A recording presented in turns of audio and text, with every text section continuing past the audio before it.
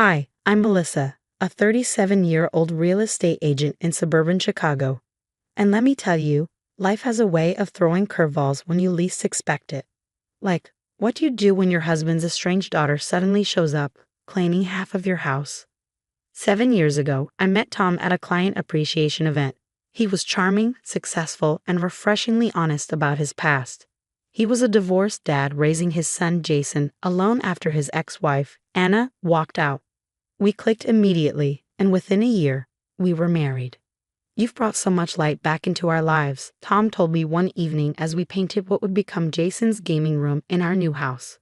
"I found the fixer-upper, and we pooled our savings to turn it into our dream home." I'll never forget Jason's reaction when he saw his finished room. "This is seriously the coolest thing ever. Can we add LED strips to the ceiling?" he asked with a grin. Jason and I have had an amazing relationship ever since. He's 16 now, into coding and basketball. And we have a weekly tradition of Sunday pancake competitions. Last week, he made a pancake that looked like his math teacher, complete with syrup glasses. But not everything has been pancakes and paint swatches. Tom's mother, Margaret, has always been challenging. Last month at dinner, she couldn't resist her usual routine. "Sarah would have loved this house. Such a shame she's not here to enjoy it," she said, referring to Tom's daughter. Then she added, "Anna only left because Tom worked too much." I took a deep breath and changed the subject like always. Sarah is a complicated part of Tom's past. She was 12 when Anna left, and she's 26 now. Despite my efforts to reach out, Christmas invites, birthday cards, texts, Sarah has always kept her distance. "Maybe next time," she'd say, but that next time never came.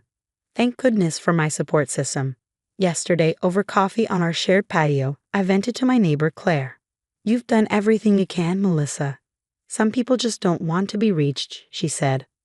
"Melissa, you're literally the most patient person I know," added Jessica, my colleague and close friend, who'd stopped by with some contracts. "What can I do? She's family now," I sighed, sipping my coffee. Even if every holiday dinner with Margaret is a reminder of how Sarah would have decorated differently, at least Tom has my back. Just last week, he told his mom, "Melissa is my wife and Jason's stepmom. She's family. Either treat her with respect or we'll need to rethink these weekly dinners." But nothing could have prepared me for what happened next. One quiet Sunday morning, the doorbell rang. When I opened the door, there stood Sarah, with 2 oversized suitcases, looking nothing like her glamorous Instagram photos. "Daddy, I'm home," she cried, rushing past me and into Tom's arms. My acting career didn't work out, and I need a place to stay. Before I could process what was happening, Margaret appeared as if summoned by Sarah's return, like a fairy godmother with an agenda. "Of course you'll stay here, sweetheart. This is your home too," she cooed, turning to Tom. "Tell her this is her home." I saw the guilt flood Tom's face as he said, "Of course, princess. Stay as long as you need." Later that night, I tried reasoning with Tom. We should help her find her own place. The guest room isn't a long-term solution. "She's my daughter, Melissa. I wasn't there for her before," he said, shutting the conversation down. Within a week, Sarah called a family meeting. She spread papers across our dining table, her voice sharp. "This house should be half mine. It's my birthright as Daddy's firstborn. I deserve a stake in the family property." I couldn't believe my ears. Sarah, Tom, and I bought this house together. We renovated the house ourselves. "Oh please," Sarah scoffed, rolling her eyes. "Everyone knows you manipulated Dad into buying it." "Right?" Margaret chimed in, perched smugly at the dining table. "It does seem convenient how a real estate agent managed to snag both my son and a luxury home." The manipulation didn't stop with Tom, it extended to Jason. One afternoon, I overheard Margaret whispering to him, "Don't you think it's weird how she tries to act like your mom? She probably just wanted a ready-made family to control." That evening, Jason barely spoke to me at dinner, and my heart broke. Then, things started disappearing. First, my grandmother's pearl necklace vanished from my jewelry box. Then, I caught Sarah rifling through our home office. "What are you doing?" I demanded. "Just looking for Dad's old photos," she replied, shoving papers into her back. The final straw came during Friday dinner when Sarah and Margaret tag-teamed Tom. "Daddy, I need a fresh start," Sarah began. The house has so much equity, Tom. Margaret interrupted. Refinancing would barely impact your monthly payments. Sarah needs her father's help. Tom hesitated, his guilt written all over his face. We could take out enough for her debts and maybe a small business loan, he mused. I stood abruptly, my hands trembling. We're not refinancing our home. This has gone too far. You're so selfish, Sarah cried, her voice shrill. This is why Mom left. Dad always chooses other women over his real family.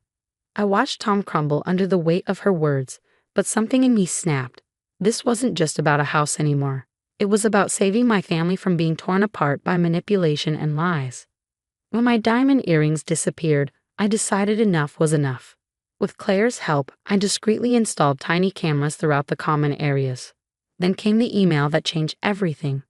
Subject: You need to know the truth about Sarah. Jake Martinez. Jake, Sarah's ex from LA, reached out over video chat. She convinced my parents to invest in her acting career and took them for $30,000. You're not the first family she's tried to squeeze. Claire, being her usual resourceful self, helped me dig deeper. Melissa, look at this, she said, pointing at her laptop. 2 lawsuits in California, both from former roommates accusing her of stealing their identities to take out loans. She's got over $50,000 in judgments against her. Then, one night, while reviewing security footage, I overheard Sarah and Margaret in the kitchen. Once we get the refinancing done, we'll make her so miserable she'll leave on her own, Margaret said. Tom will have to choose between his wife and daughter, and when she's gone, we'll convince him to put the house in your name, sweetheart. It's what your mother would have wanted. My heart stopped when I heard Jason's voice from the doorway. What did you just say about my mom? Sarah, oblivious, laughed later in the living room with her friends. God, my replacement brother is such a pain. Dad only had him because he couldn't handle losing me. Poor substitute kid. That night, Jason hugged me tightly. You're my real mom, Melissa. The one who actually stayed. The turning point came when I confronted Sarah about a missing check from Tom's business account. I found her rifling through our home office again. Get out of my private papers, I snapped. Private? She retorted, shoving me hard against the desk. This is my father's house. The cameras caught everything: her assault, her rummaging through documents, even her pocketing Tom's checkbook. Later, under her mattress, I discovered copies of forged checks totaling over $20,000. I got her, I texted Claire. But we need to handle this carefully. I gathered every piece of evidence: Jake's testimony, the lawsuits, the security footage, and the forged checks. The final blow came when I checked our bank statements. Sarah had already cashed 3 forged checks at different branches. Tom was in his study when I showed him the file. As he flipped through the evidence, his face shifted from shock to anger to heartbreak. No more enabling. No more guilt, he said quietly. Call the police. We held a family meeting that night, with Margaret and Sarah seated at the dining table. I placed the thick folder of evidence in front of them. Before anyone speaks, I said, you need to see this. I laid everything out: photos of Sarah stealing, video footage of the assault, the forged checks, and Jake's testimony. You wouldn't dare use this against me, Sarah hissed. Daddy, she's trying to turn you against me. Jason stepped forward, his hands shaking. Stop calling him that. You don't care about this family. You only care about yourself. Tom hesitated for a moment, then pulled out his phone. Jason, show her what she said, he said quietly. Jason didn't need to be asked twice. He played the video of Sarah mocking him as a replacement child. Her voice echoed through the room like a dagger slicing through the air. Before anyone could react, my phone buzzed on the table. I answered on speaker. It was Jake. Melissa, he said, his tone grave. The LAPD wants to talk to Sarah about a rental scam. Turns out she took deposits from 12 families for the same property. It's all catching up to her. Sarah's eyes darted around wildly. You're all against me, she screamed, lunging toward the pile of evidence on the table. Tom caught her by the arm, his voice firm. That's enough, Sarah. I've seen everything I need to see. Minutes later, the police arrived. Sarah's face twisted with rage as they led her out in cuffs. Margaret, ever the master manipulator, tried one last desperate play. I'll go to the church board, she threatened. Everyone will know how you've destroyed this family. But Claire stepped in with the precision of a practiced lawyer.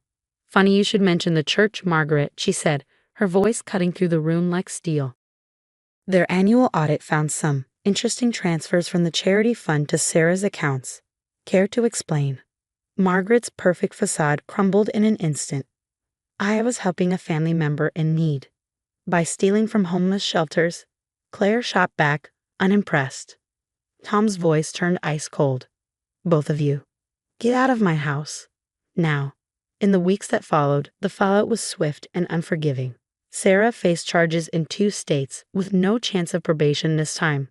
Margaret's church friends learned of her role in enabling Sarah's schemes, and her carefully cultivated social status crumbled. One Sunday, Jason smirked over breakfast. Mom, you should have seen Grandma at church. She has to sit alone in the back row. No one will even look at her. Sarah's court date came quickly. Tom and I sat side by side as the judge read out the charges: forgery, fraud, assault, and more. The weight of her actions finally caught up to her. That evening, sitting on our porch swing, Tom took my hand in his. I'm sorry I ever doubted you, he said, his voice thick with emotion. You fought for this family when I was too blinded by guilt to see the truth. 6 months later, life settled into a new rhythm. Jason made the honor roll and started a coding club at school. Tom's business flourished, and I launched a program teaching women about real estate investment and financial independence. One day, I helped a woman buy her first house after leaving a toxic marriage. As I handed her the keys, she hugged me tightly. How did you know exactly what I needed? She asked. Let's just say I understand toxic people, I replied with a smile. Sometimes the best revenge is building a beautiful life without them. Sarah wrote once from prison, a manipulative plea that went straight into the shredder. Margaret, now living alone, lost her church position and her carefully curated reputation. Oh, we didn't look back. Sometimes you have to lose the family you thought you needed to protect the one you actually have. Reflection. What would you do if someone you trusted was secretly scheming to take everything you've worked for? Would you expose them immediately or try to protect the ones you love from the harsh truth? Share your thoughts in the comments below.